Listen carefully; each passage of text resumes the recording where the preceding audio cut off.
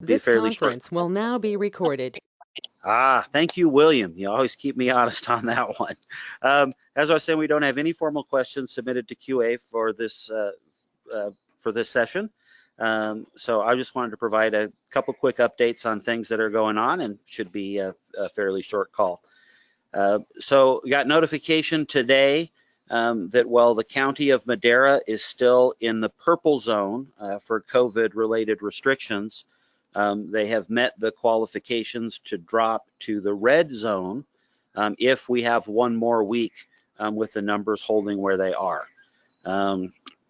It doesn't make a lot of significant difference for us in terms of what is open or not open, but it does allow us to a little bit more flexibility, and hopefully that will continue to decline over time and drop into the other zones, which would allow us to open up more things. So we are seeing spikes in COVID throughout the country. I saw over the weekend that there were 7 states, in fact, that set records for the numbers of new COVID cases in a day. So it's not unexpected that we were going to see an increase or a rise in the number of new cases as we got into the fall. But at this point in time, at least in Madera, the numbers are going the other direction, and we hope that will, of course, continue. So we've been, busy working on projects at the clubhouse. The bar refinish is almost completely redone. Looks phenomenal. Once it's done, we'll post some pictures, as it turned out really fantastic, actually. We have all the quotes in for the major work we want to do at the cafe, so we'll be going through that and making a specific plan for when and what we do there.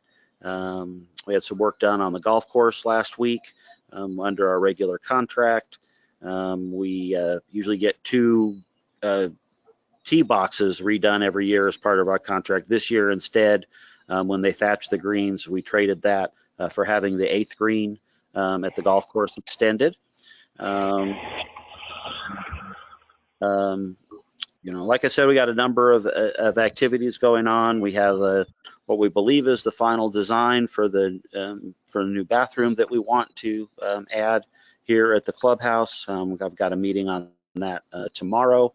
The pipeline that we installed to put water to the golf course lake, that is complete, operational, and working fine. It's actually came in at the higher end of the production of what we anticipated. So you'll notice there now is plenty of water in the golf course lake. And with that solution back in place, we used to have a connection like that several years ago, but the pipes had gone bad. Now with that connection back in place, we'll actually save, several $1,000s a year in fees for having to purchase retail water at retail rates from the water company. So that's in place. We have a couple other equipment acquisitions that the final contracts were signed on. So we're continuing to move forward on those. And now that we're getting out of the, day-to-day adjustments for COVID and water emergencies and fire emergencies and all of those things, we're going to be able to put some concentrated attention back on our, on our operating software, for accounting, so that we can get that done and in place. So that's what we've got going on. We're busy, hard at work. Noticed that we did have a air quality at the moment is actually in pretty decent shape. We know we had a spike. It was really bad over the weekend, but we've noted that if you look at the history of it, it's peaking for a fairly short period of time, and overall is generally significantly better than it was 2 or 3 weeks ago. So hopefully that will continue as well, and we'll even though it looks really smoky, it's the small particulate matter that really causes damage to lungs, and that's what our sensor here at the clubhouse measures. And so, like I said, at the moment, that's reading You know, it's not reading in the unhealthy range. It was about 110 when I checked it shortly before this call. And hopefully that will continue to drop. Usually we enjoy very good air quality at this time of the year. So that's a quick summary of what's going on and what we're doing.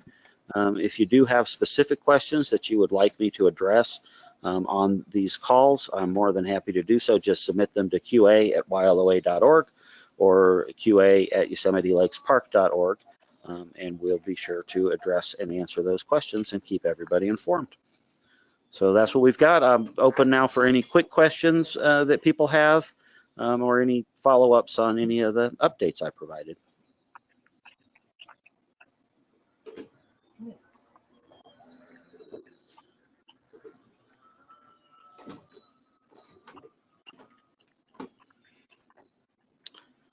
Like in China. Nobody wants to talk, Jonathan, so I'm going to say hi. Hi, Marie. How are you doing?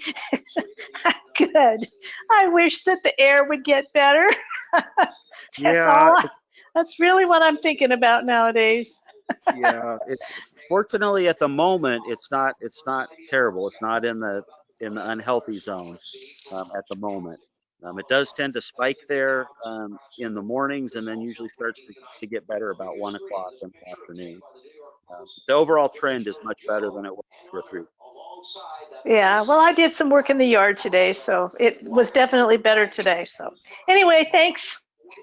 All right. Thanks, Marie. All right. Anybody else?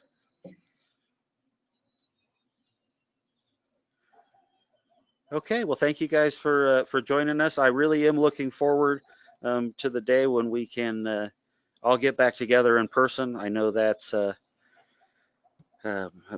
works a lot better than even with the benefit of those electronic communications, which definitely is helpful. You know, I do miss the opportunity to see all of you guys in person. So hopefully we'll get there, though. I have the suspicion it's going to be several months yet before things get back to what we would consider more normal. So everybody have a great week, and until next week, you know, enjoy your time, and we'll chat again then. Thanks.